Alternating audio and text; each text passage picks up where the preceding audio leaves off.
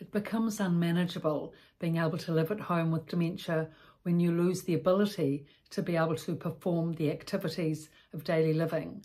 So dressing, showering, cooking becomes difficult. Then, of course, shopping and maintaining the household. Then there's the safety aspects, leaving the pot on the stove, then forgetting where the keys are, and did you lock the house? So there's many aspects in terms of daily living that become affected with someone with dementia. Of course, much more difficult when you're living on your own compared to a situation where you're living with your partner or husband. When you're living on your own, unless you've got really good support with a family member or a friend nearby and a supportive community, you need to really go into a dementia facility earlier than if you're supported by your family and you have someone to be able to do, for example, the housekeeping and the shopping, etc. So all of these things come into play in terms of whether someone is to go into a dementia facility or not. But say, for example, the wife has dementia, but the husband doesn't, but it becomes difficult at home. So they've now got a unit at a retirement village. That can go on for some time, happily, especially if it becomes assisted living, where both the husband and the wife who has dementia goes to the main lounge for meals. Then, of course, that takes out the whole component of having to do the shopping and the cooking and all of that sort of thing. The reason why people tend to go into dementia facilities from assisted living to the dementia facility in a retirement village is often because of a lack of direction orientation and getting lost. Because retirement villages are not secure. They're open in the sense that you can drive into the property, off the property. There's not a big fenced, gated ring all around. People can come and go as they wish. So if you've got dementia and you walk out the door, you can just very easily, if your partner's not there, they've gone shopping or they're elsewhere, you can just take off and be on the highway if you're fit, in 10 minutes. So this is really why a large percentage of people come into dementia facilities from an assisted living situation where their husband is. Now, how this becomes manageable in terms of the long term, now say the woman is in the dementia facility. The good aspect about the husband living on site, of course, is that he can visit regularly.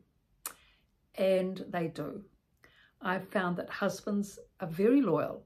Those that are in the retirement village and have been living with their partner in an assisted living situation are then very loyal in terms of coming to visit their wife often daily.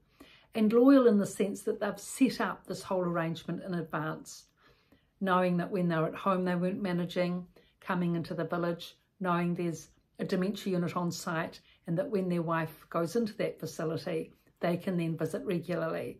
So they've had that pre-planned. But the other component that comes into it is managing.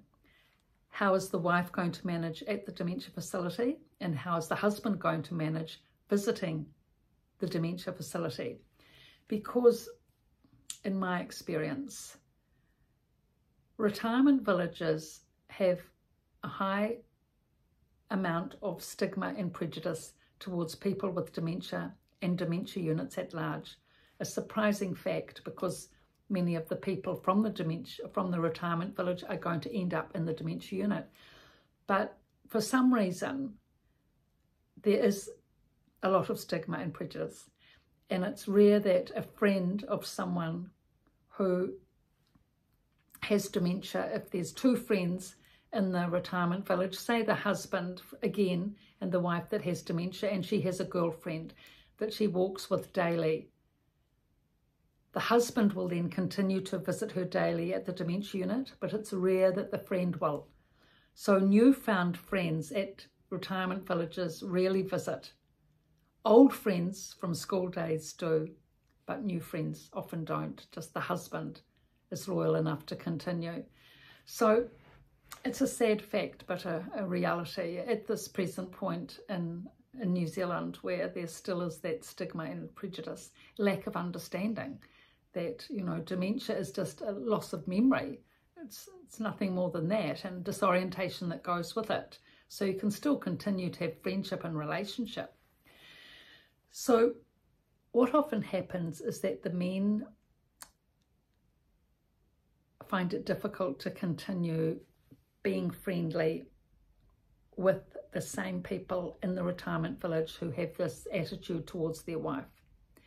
And so generally what happens is that the men take up the dementia unit as their place of socialisation.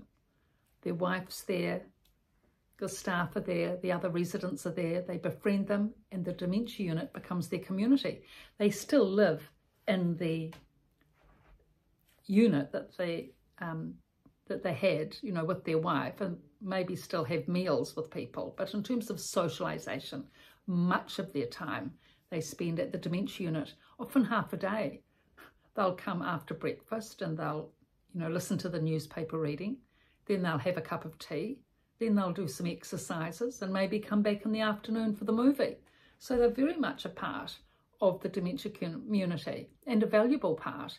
And because of that, the wife with dementia is able to keep settled and stable because she's seeing her partner each day. It's fantastic. Those women that are supported by their husbands with daily visits keep that emotional stability and really drop right down into depression or escalate up into anxiety, as those that aren't supported do. And of course, initially, when people come to these facilities, more support is needed than when they're, you know, integrated into the community and made friends. But if you've got a husband that's with you from the onset, really there's the whole process of integrating into the unit, and the usual stress response and anxiety that most people have is a lot less for those people that have a supportive husband visiting daily. And you might have, in a unit of 30 people, you might have 3 to 4 husbands coming over every day and visiting, and that makes up for a good percentage of friendship in a dementia unit. And not only are they friendly with the wives, but they often pick up, you know, friendships with other dementia residents and are friendly and saying good morning and having a cup of tea with them and socialising at activities.